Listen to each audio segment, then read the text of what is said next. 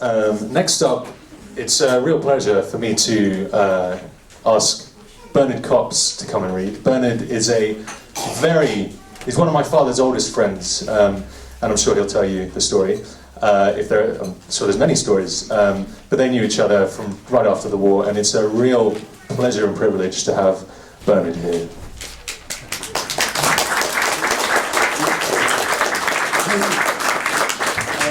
Can you hear me? Yeah. Oh, wait, okay. Yeah. Okay. And Bernard, if you need a chair.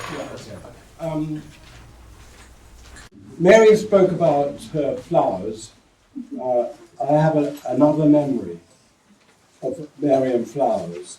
I was on reading poetry with Emmanuel, I think in Woburn Square.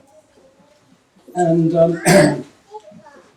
in the middle of Emmanuel reading, this young woman comes right along and comes right up to the stage and hands Emmanuel a flower. And she goes back. And I said to Emmanuel, "Who is she?" He said, "I don't know. But every time I read poetry, she's there and she always gives me a flower." that was one of my earliest memories.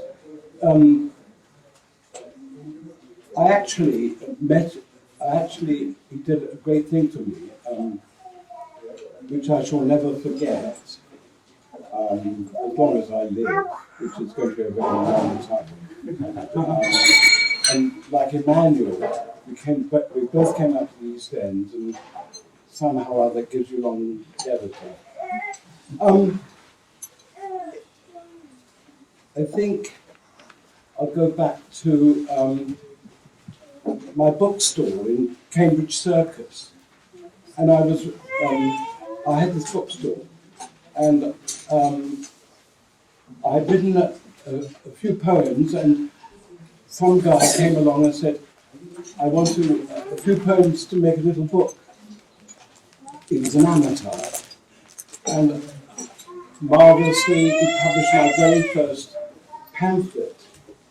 And Emmanuel came, I didn't know who he was, he came to the store one day and he saw me writing. He said, "What are you doing?" I said, "I'm writing." He said, "What are you writing?" I said, "I don't know, it might be called poetry." And he said, "Can I read it?" And I said, "Yes, I'm not bothered." It didn't mean I hadn't thought of any career or anything, I just wanted to write. And this is amazing because poets are not known for their generosity to other poets. And he had such a kind voice. And he actually took it away with him, the only copy there was. And he said, "Do you mind," he came again, "do you mind if I get this into the Jewish Chronicle?" And I thought, he told me he was a poet, and he would write a review. So I said, "Fine." And I read the review, and it said something like, "This young man is very talented and has real emotional feelings and writes well, but if only he wouldn't write about nature at this point, but write about the things he's experienced, that he knows, that he feels, that he touches." And that was incredible, because he was very generous with this and to a would-be poet. And that's very unusual, and I rarely come across poets who are kind to other poets. So that was the beginning. Then Erica and I, we got married, and Emmanuel would come to our little room and we'd talk about family, mostly family and writing. And I'm going back, this is out of chronology, because, I knew him such a long time. I go back to when he went to Russia, and 1957. 1957.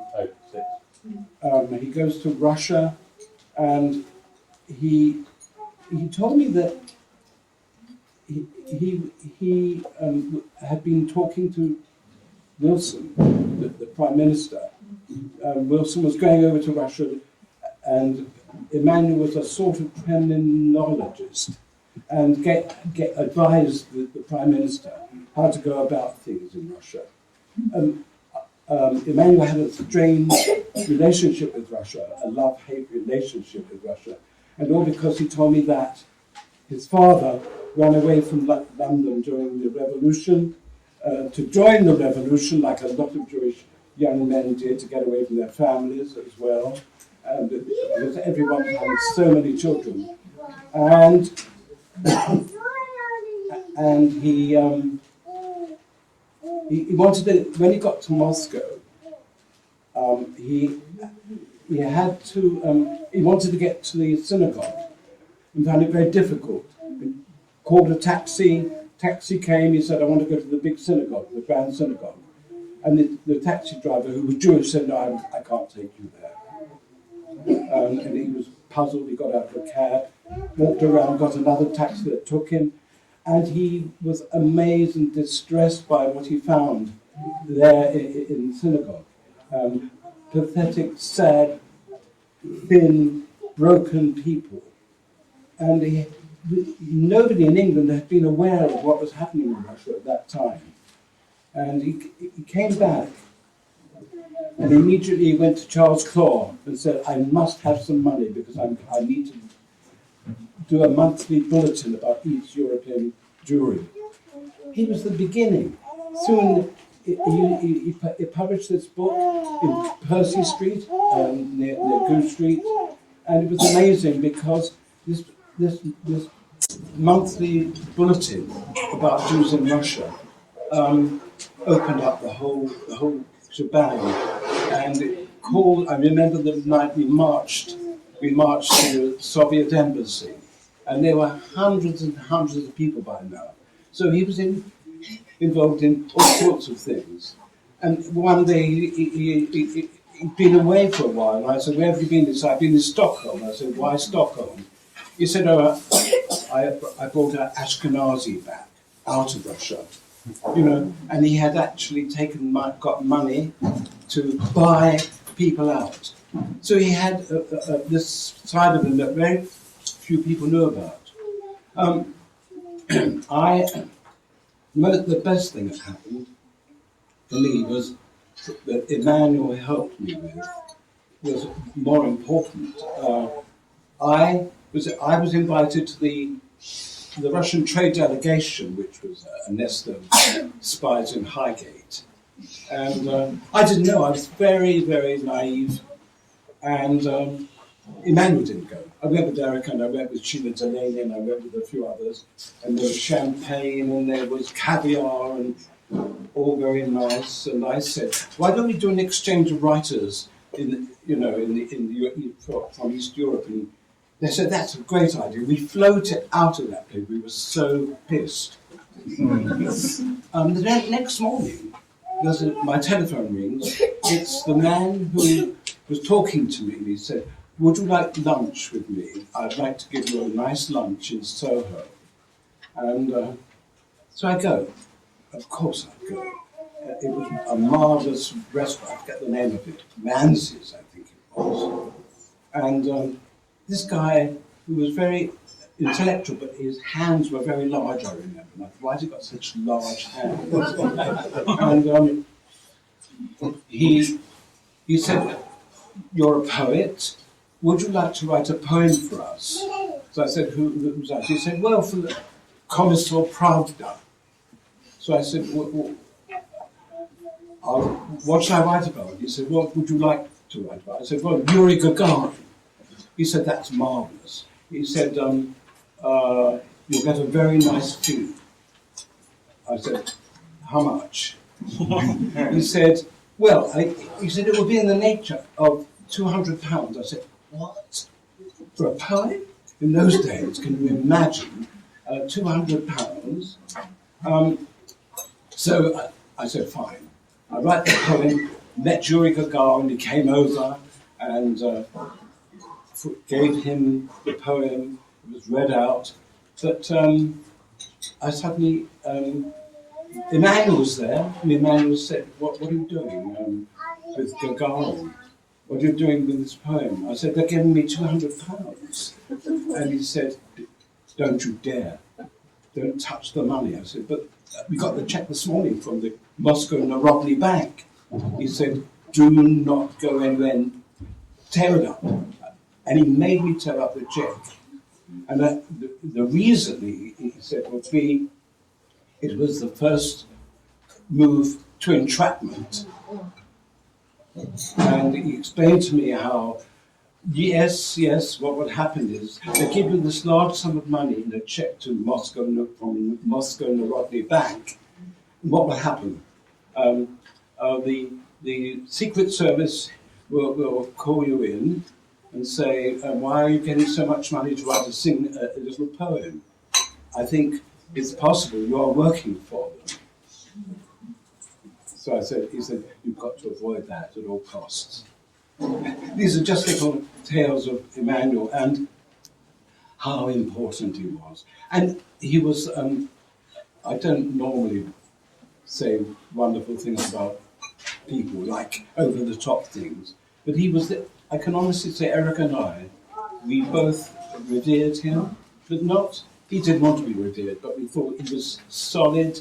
And in many ways, he helped my career along because instead of flying high and being, arty and all the rest of it, his poetry was very beautiful, succinct, down to earth, and I think in many ways, I hate saying he was my mentor. He wasn't my mentor. I never said to him, please look at this poem and tell me. He told me that one time. So that's it. I think he was a great writer, but more than that, he lived, he was a great person, a human being, a lovely, wonderful, unique, and handsome, beautiful human being.